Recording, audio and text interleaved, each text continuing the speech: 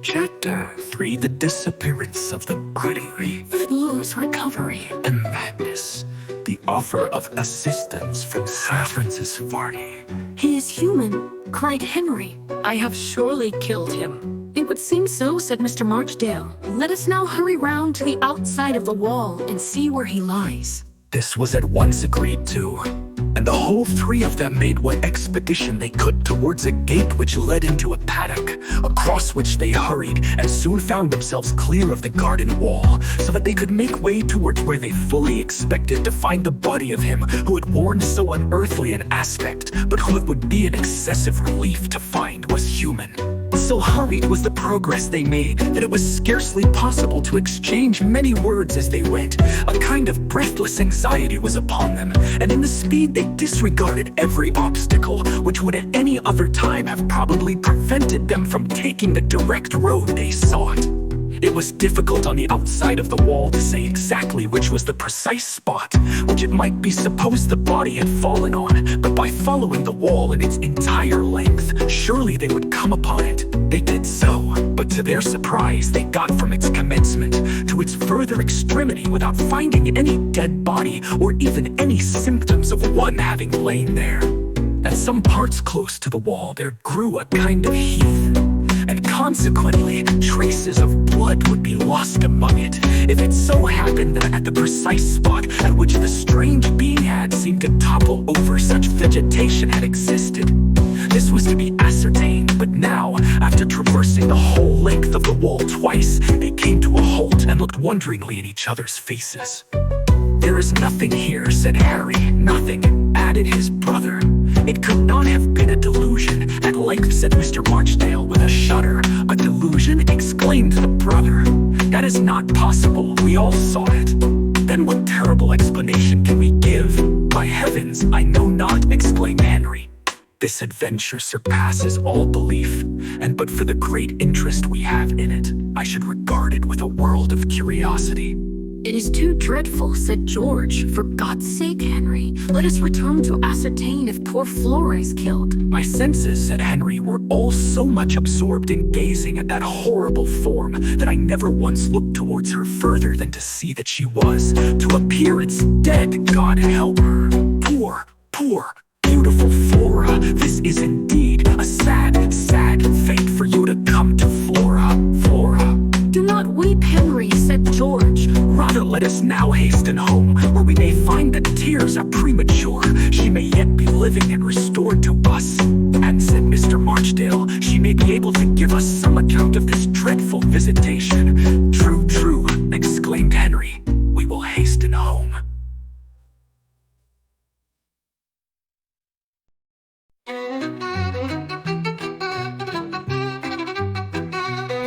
They now turned their sharp steps homeward, and as they went they much blamed themselves for all leaving home together, and with terror pictured what might occur in their absence to those who were now totally unprotected. "It was a rash impulse of us all to come in pursuit of this dreadful figure," remarked Mr. Marchdale. "But do not torment yourself, Henry. There may be no reason for your fears." At the pace they went, they very soon reached the ancient house, and when they came in sight of it, they saw lights flashing from the windows and the shadows of faces moving to and fro, indicating that the whole household was up and in a state of alarm. Henry, after some trouble, got the hall door opened by a terrified servant who was trembling so much that she could scarcely hold the light she had with her. "Speak at once, Martha," said Henry. "Is Flora living?" "Yes, but enough. Thank God she lives. Where is she now?" "In her own room, Master Henry." "Oh dear, what will become of us all?" Henry rushed up the staircase, followed by George and Mr. Marchdale, nor paused he once until he reached the room of his sister. "Mother," he said, before he crossed the threshold, "are you here?" "I am, my dear, I am." "Come in, pray, come in. Speak to poor Flora." "Come in, Mr. Marchdale," said Henry. "Come in, we make no stranger of you." They all then entered the room. Several lights had been now brought into that antique chamber, and in addition to the mother of the beautiful girl who had been so fearfully visited, there were two female domestics who appeared to be in the greatest possible fright, for they could render no assistance whatever to anybody. The tears were streaming down the mother's face, and the moment she saw Mr. Marchdale, she clung to his arm, evidently unconscious of what she was about, and exclaimed, "Oh, what is this that has happened? What is this? Tell me, Marchdale, Robert Marchdale, you whom I have known even from my childhood, you will not deceive me. Tell me the meaning of all this." "I cannot," he said, in a tone of much emotion. "As God is my judge, I am as much puzzled and amazed at the scene that has taken place here tonight as you can be." The mother wrung her hands and wept.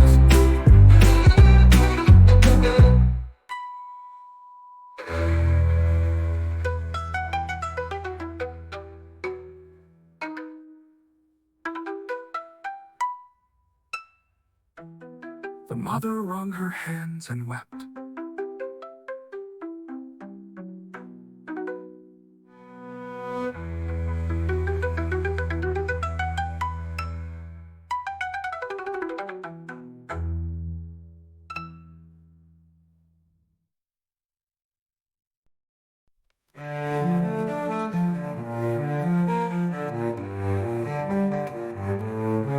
It was the storm that first awakened me, added Marchdale, and then I heard a scream. The brothers tremblingly approached the bed floor. I was placed in a sitting, half-reclining posture, propped up by pillows. She was quite insensible, and her face was fearfully pale. While that she breathed, it all could be but very faintly seen on some of her clothing. About the neck were spots of blood, and she looked more like one who had suffered some long and grievous illness than a young girl in the prime of life, and in the most robust health that she had been on the day previous to the strange scene we have recorded. "Does she sleep?" said Henry, as a tear fell from his eyes upon her pallid cheek. "No," replied Mr. Marchdale. "This is a swoon from which we must recover her." Active measures were now adopted to restore the languid circulation, and after persevering in them for some time, they had the satisfaction of seeing her open her eyes. Her first act upon consciousness returning, however, was to utter a loud shriek, and it was not until Henry implored her to look around her and see that she was surrounded by none but friendly faces that she would venture again to open her eyes and look timidly from one to the other. Then she shuddered and burst into tears as she said, "Oh, heaven, have mercy upon me. Heaven, have mercy upon me, and save me from that dreadful form."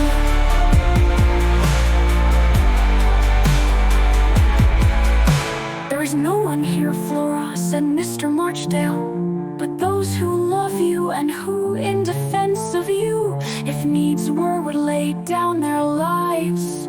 Oh God, you have been terrified, but tell us distinctly what has happened.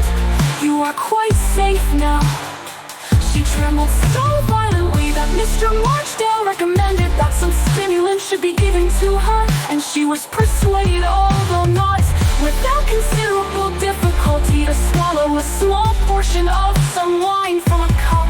There could be no doubt but that the stimulating effect of the wine was beneficial, for a slight accession of color visited her cheeks, and she spoke in a firmer tone as she said, "Do not leave me. Oh, do not leave me, any of you. I shall die if left alone now. Oh, save me, save me. That horrible form, that fearful face. Tell us how it happened, dear Flora," said Henry, "or would you rather endeavor to get some sleep first?" suggested Mr. Marchdale. "Oh, no," she said, "I do not think I shall ever sleep again." "Say not so. You will be more composed in a few hours, and then you can tell us what has occurred." "I will tell you now. I will tell you now." She placed her hands over her face for a moment as if to collect her scattered thoughts, and then she added, "I was awakened by the storm, and I saw that terrible apparition at the window. I think I screamed, but I could not fly. Oh God, I could not fly. It came, it seized me by the hair. I know no more. I know no more."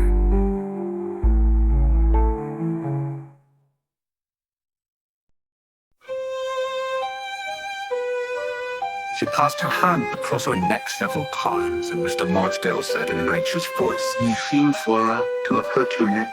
There is a wound." "A wound," said the mother, and she brought a light close to the bed, where all saw on the side of Flora's neck a small punctured wound, or rather two, for there was one a little distance from the other. It was from these wounds the blood had come which was observable upon her night clothing. "How came these wounds?" said Henry.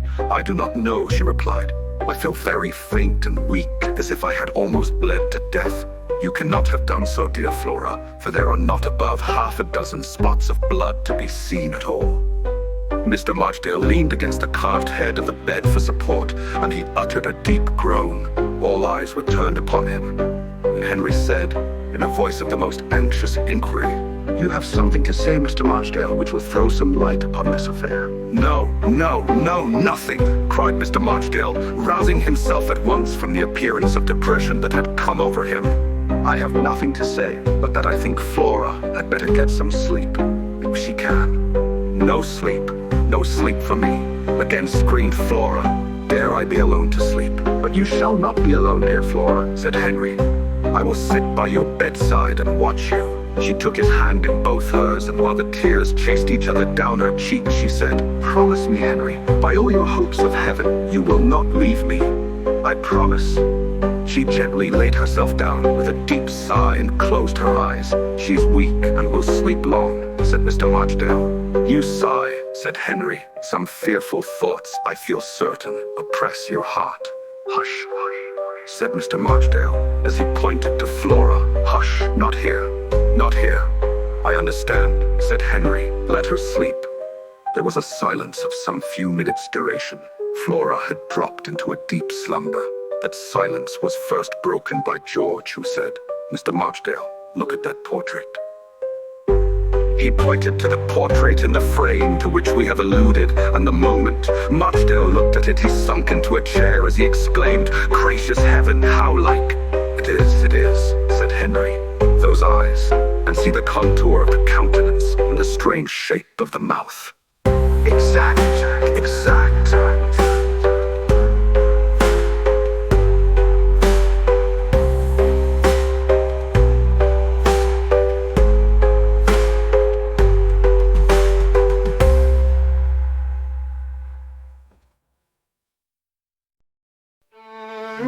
That picture shall be moved from here. The sight of it is at once sufficient to awaken all her former terrors in poor Flora's brain, if she should chance to awaken and cast her eyes suddenly upon it. And is it so like him who came here? Said the mother. It is the very man himself. Said Mr. Marchdale. I have not been in this house long enough to ask any of you whose portrait that may be. It is, said Henry, the portrait of Sir Runagate Bannerworth, an ancestor of ours, who first by his vices gave the great blow to the family prosperity. Indeed. How long ago? About 90 years. 90 years. 'Tis a long while, 90 years. You muse upon it. No. I do wish, and yet I dread, what? To say something to you all, but not here. Not here. We will hold a consultation on this matter tomorrow. Not now. Not now. The daylight is coming quickly on, said Henry. I shall keep my sacred promise of not moving from this room until Flora awakens. But there can be no occasion for the detention of any of you. One is sufficient here. Go all of you, and endeavor to procure what rest you can. I will fetch you my powder flask and bullets, said Mr. Marchdale. And you can, if you please, reload the pistols. In about 2 hours more it will be broad daylight.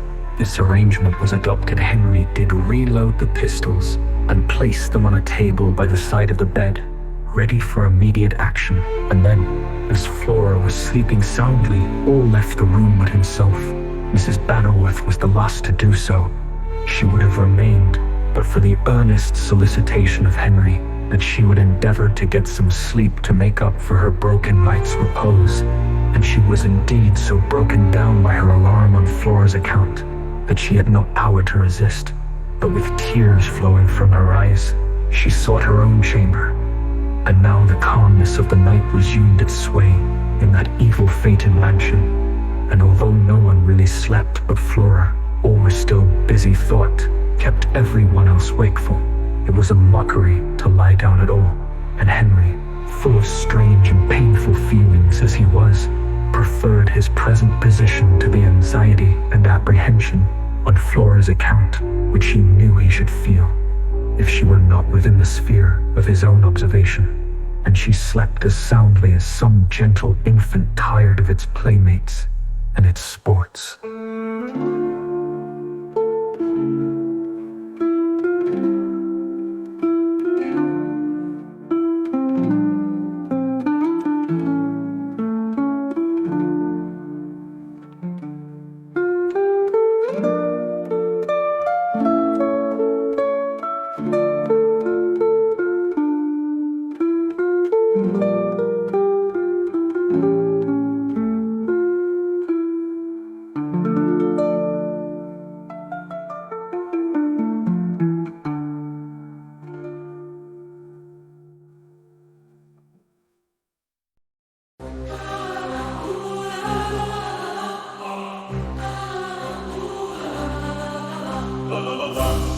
la la la la la la la la la la la la la la la la